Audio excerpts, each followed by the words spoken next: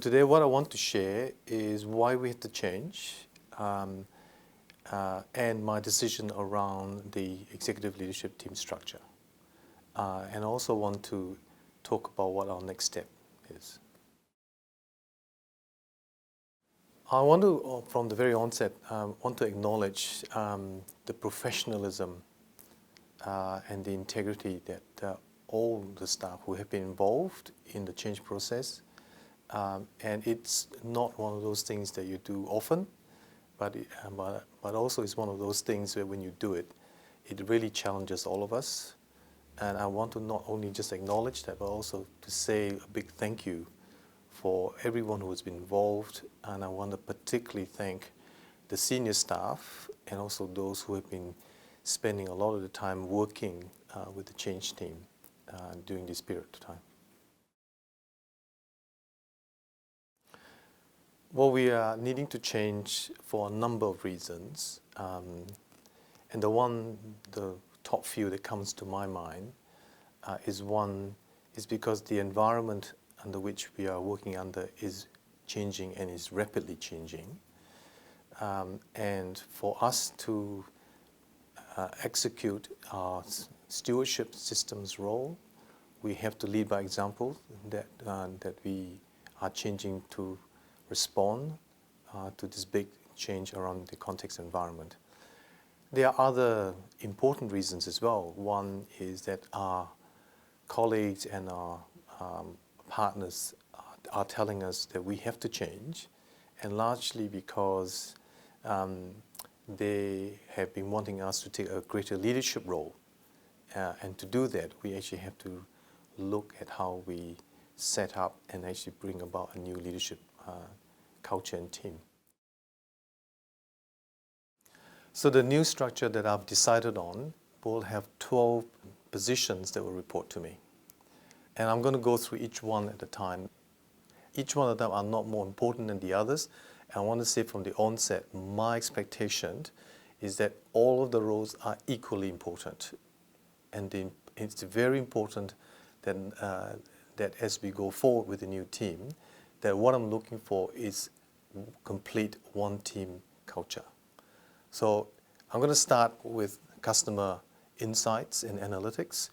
It's appropriate I start there because one of the things we have to send a very clear signal, and we need to lead by example, is we need to have a role that will focus on our population, what is the need, the outcome, and the impact that we're making on the population, so that it's not lost in other roles. So this is a very significant role we're creating, and it will bring a very sharp focus around the impact that we, not just in the ministry, but as a system, how we're making a difference to the outcome for New Zealanders. The other new position I've created, and it is a role on strategy and policy, and this is clearly an important role. In bringing these two roles together, what I'm looking forward to that role is to be clear around not just the individual service strategies, but also the broader system strategy that's really important to take us forward. And then to how we'll then translate back to policy that will then lead down to service design. That then dovetails and connects very strongly with the service commissioning. That's very important because the translation of strategy and policy will need to go down into commissioning of services, and that will need to then translate down into how we contract, purchase, monitor the performance of those services to deliver the outcomes we're looking for, for New Zealanders. Now, those three new roles that I'm talking about will need to work very strongly with each other. And there's a fourth new role that I've created, and that's one of technology and digital services. This particular new role is more than just about ICT and big data.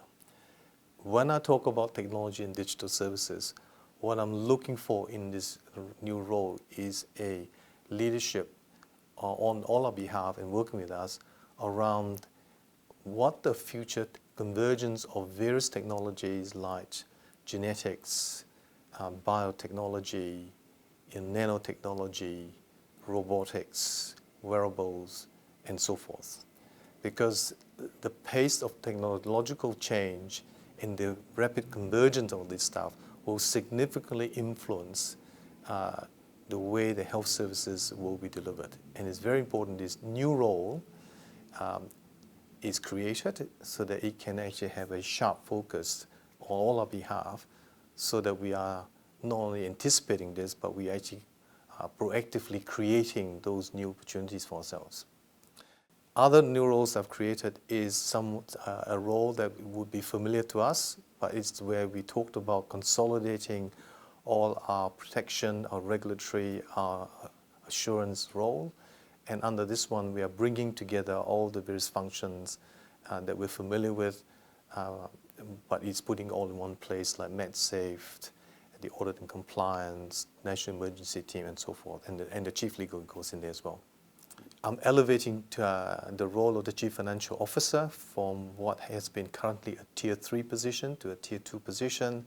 And the Chief Financial Officer role is a very strategic role. It is obviously well beyond looking at the financials. And I'm looking for a role that will have a deep understanding of not just where we are, but also where we need to go to as a health system. So I see the person filling the role as not being caught up with the nuts and bolts of financial affairs per se, but also being able to contribute and support colleagues right across the new second tier through customer insights, strategy policy, service commissioning, technology, and digital services. A new role I've also created is the people and transformation. This has got both an internal and an external focus, but it picks up the complete set of looking at leadership and talent development for the whole sector. It picks up the health workforce development for the whole sector. It also will have a sharp focus around how we support the 1,100 ministry staff in terms of the culture, the capability and capacity we want for ourselves, and how we continue to invest in development of staff. Another critical role that I've created is a director of critical projects. And the reason for this particular role that wasn't apparent in the draft proposal, but has come through in the discussions through this consultation process, is that as we are transitioning to establishing all these new roles, we have significant number of critical projects that we have to make sure that it's executed well. But not only executed well, but those critical projects are platforms for us to actually use to how we might want to actually work differently in the new environment. So the Director of Critical Projects has been set up for that purpose.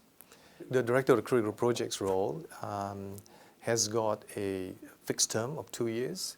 And at the end of 2 years, it will be my opportunity to review with the candidate around, where we got to, and then how things can be transitioned back into the rest of the organizations. And it's very important when we look at this sort of stuff that we do have a 2-year fixed term because it's important to look at the context that may be changing on us. 3 other roles I want to talk about are what I call thought leaders in system leadership roles, and that's the Chief Medical Officer, the Chief Nurse, and the person that will be heading up our Māori health leadership. That 3 role is very important. They have similar contribution to make at a strategic level in the new senior team, and while they do not have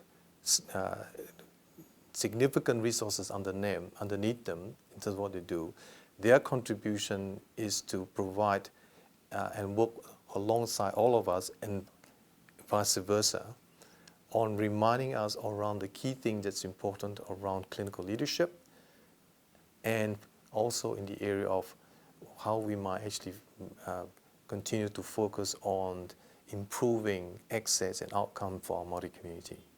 And I want to finish off around the Office of the Director General. In the new structure, I've decided to add 2 new functions to the role.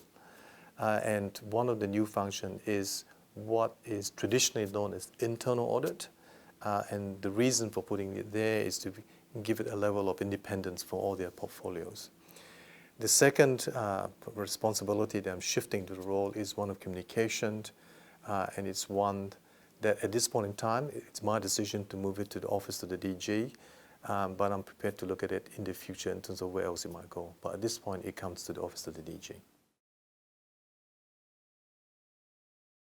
So today, I have spoken directly with each of the existing executive leadership team, as well as the Director of Information Group and the Chief Financial Officer.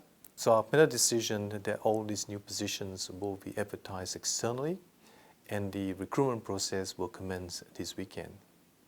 The new executive team structure will take effect from 1 March 2016.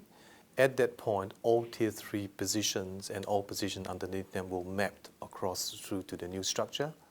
I want to conclude this part by mentioning that I know this will be a very difficult and stressful time, particularly for our senior staff and those affected by the change.